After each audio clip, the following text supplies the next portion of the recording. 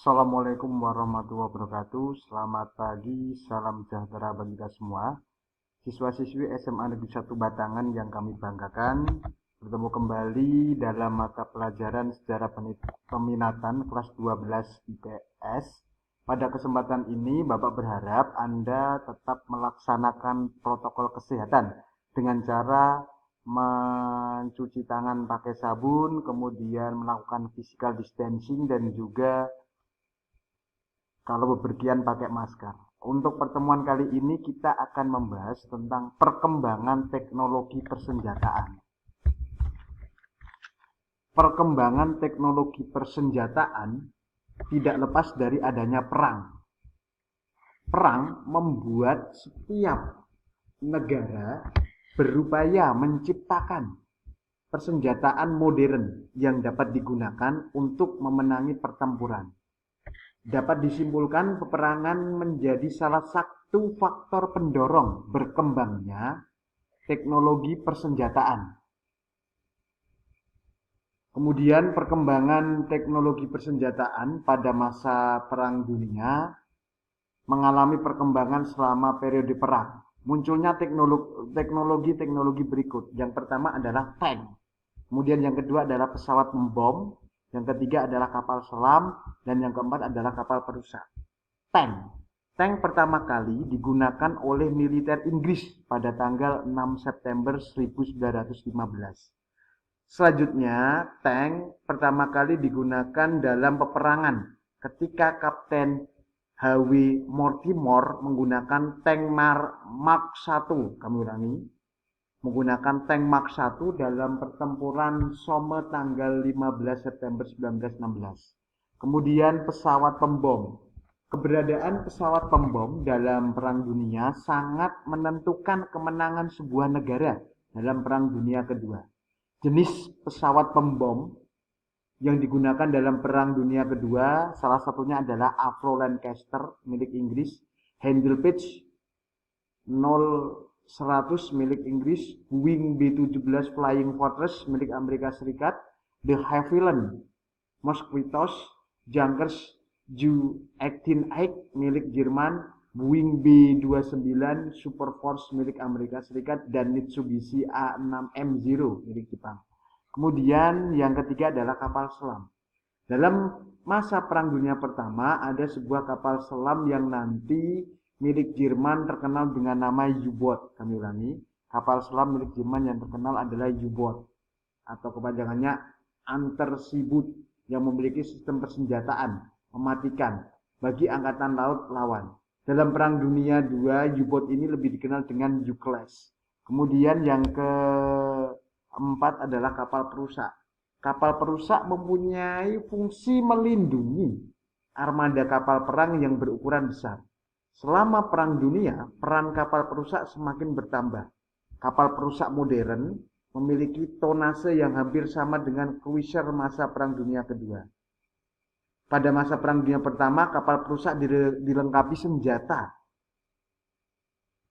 untuk menangkal serangan kapal selam. Senjata tersebut berupa bom dalam atau deep charge. Kami ulangi, deep charge. Pada masa Perang Dunia Kedua, tiap-tiap negara memiliki persenjataan yang khas. Jepang nanti punya senjata yaitu yang namanya bayonet, kemudian pistol nambu, kemudian senapan mesin. Amerika Serikat punya senapan semi otomatis dan bazooka atau bazooka kita kenal. Kemudian Jerman punya Sturmgewehr dan MG42. Itu adalah persenjataan khas milik masing-masing negara ketika Perang Dunia Kedua, milik Jepang, milik Amerika Serikat, dan milik Jerman. Pada masa Perang Dingin, perkembangan teknologi persenjataan pada masa Perang Dingin juga didorong oleh persaingan antara Amerika Serikat sebagai blok barat dan Uni Soviet sebagai blok timur. Nanti muncul jenis bom hidrogen, kemudian menghasilkan persenjataan lebih canggih, bom strategis, peluru kendali, rudal balistik nuklir, dan rudal interkontinental balistik missile atau ICBM. Ini adalah persenjataan ketika masa Perang Dingin. Ini adalah rudal balistik nuklir, gambar dari rudal balistik nuklir, tolong diingat. Amerika Serikat dan Uni Soviet menyepakati Strategic Arm Limitation Talks atau disingkat dengan SALT. Kami ulangi, Amerika Serikat sebagai blok barat dan Uni Soviet sebagai blok timur menyepakati perjanjian SALT atau Strategic Arms Limitation Talks untuk menghindari terjadinya perang nuklir. Pada masa modern, perkembangan teknologi persenjataan nanti muncul teknologi persenjataan yang semakin canggih. Negara-negara maju mengembangkan lebih jauh teknologi persenjataan sebagai berikut. Yang pertama adalah Mars robot, pesawat siluman, dan yang ketiga adalah drone atau UAV.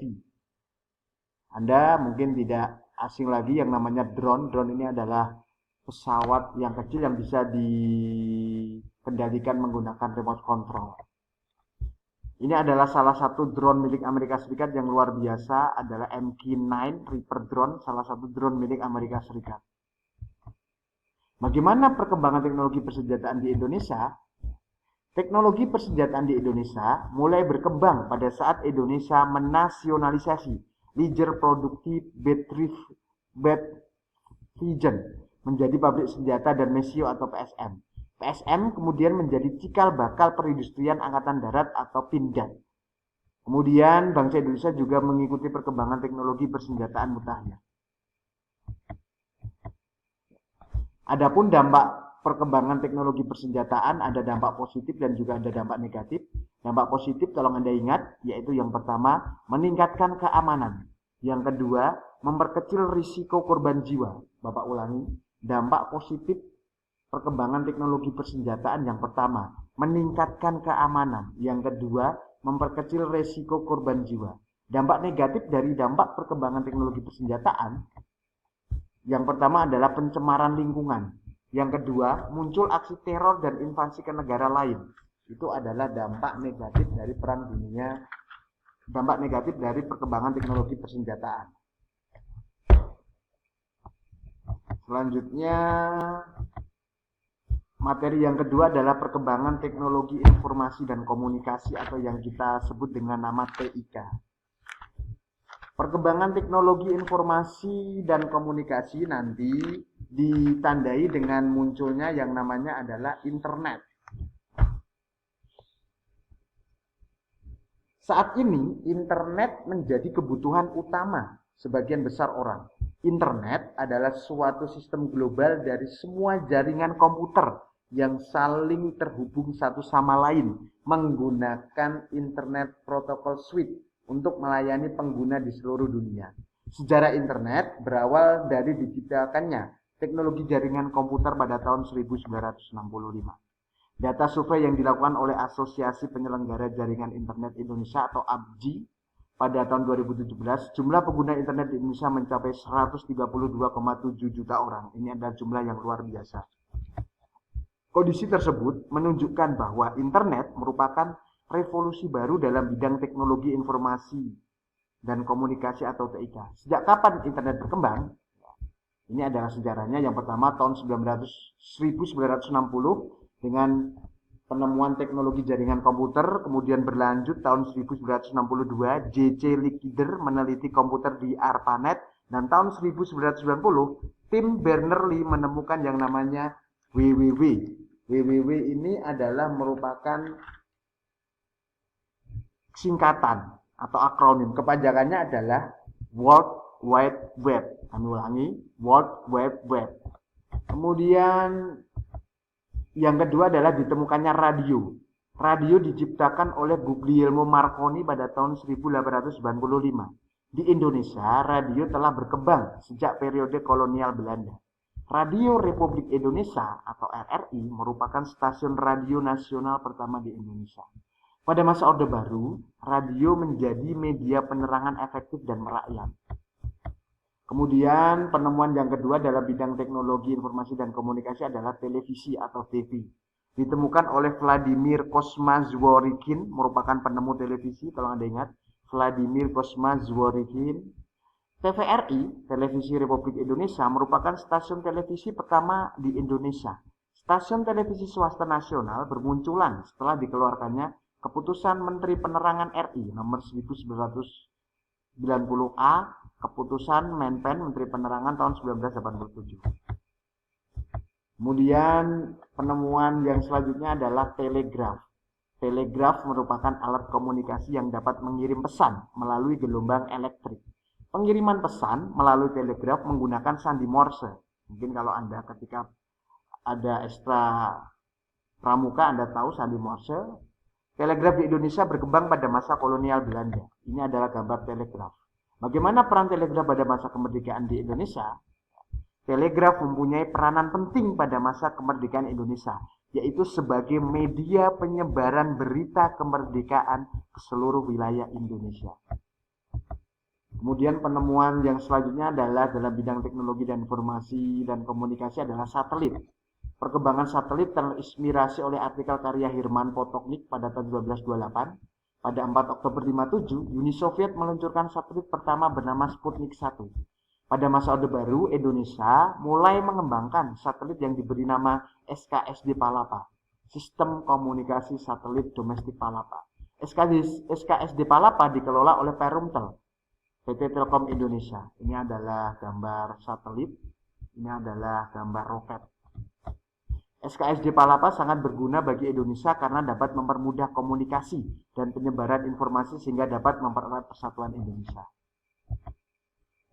Kemudian penemuan yang selanjutnya adalah telepon. Ini adalah penemu telepon bernama Alexander Graham Bell. Telepon ditemukan oleh Alexander Graham Bell tahun 1876. John Gooken dan Craig McCaw menjadi pelopor telepon tanpa kabel. Telepon mulai berkembang di Indonesia pada dekade 1980-an. Selanjutnya, pada tahun 1990-an, penggunaan telepon seluler berkembang pesat. Kemudian email, mungkin Anda tidak asing, email. Roy Tomlinson menciptakan email pada tahun 1971. Memasuki tahun 90-an, penyedia email gratis mulai berdiri. Email terus dikembangkan untuk menunjang kebutuhan komunikasi. Media sosial. Perkembangan media sosial berawal dari sistem papan buletin pada tahun 1970-an. Pada tahun 1997 muncul media sosial pertama yaitu seekthegeek.com dan classmate.com. Hingga saat ini muncul berbagai media sosial. Mungkin Anda tidak asing lagi, ada yang namanya Facebook, Twitter, Line, BBM, Instagram, dan WhatsApp yang kita kenal sampai sekarang. Yang populer, WhatsApp dan Instagram atau IG.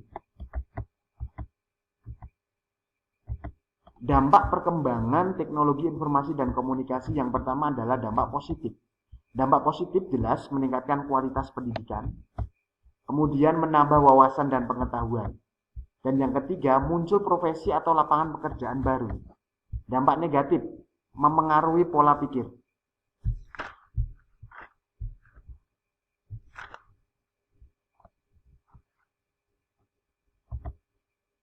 Kemudian muncul kecenderungan antisosial. Itu adalah dampak negatif dari perkembangan teknologi informasi dan komunikasi. Anda harus hafalkan dalam dampak positif jelas meningkatkan kualitas pendidikan, menambah wawasan dan pengetahuan, muncul profesi atau lapangan pekerjaan baru. Contohnya, Anda bisa lihat sekarang sosial media digunakan untuk menjual produk-produk seperti Anda lihat sekarang kan menjual produk bisa di Facebook, di Instagram, atau di Shopee. Negatifnya memengaruhi pola pikir dan juga kecenderungan antisosial. Itu adalah materi untuk pertemuan kali ini. Apabila ada yang belum jelas bisa ditanyakan via WA atau Google Classroom. Terima kasih atas perhatiannya. Cukup sekian. Wassalamualaikum warahmatullahi wabarakatuh.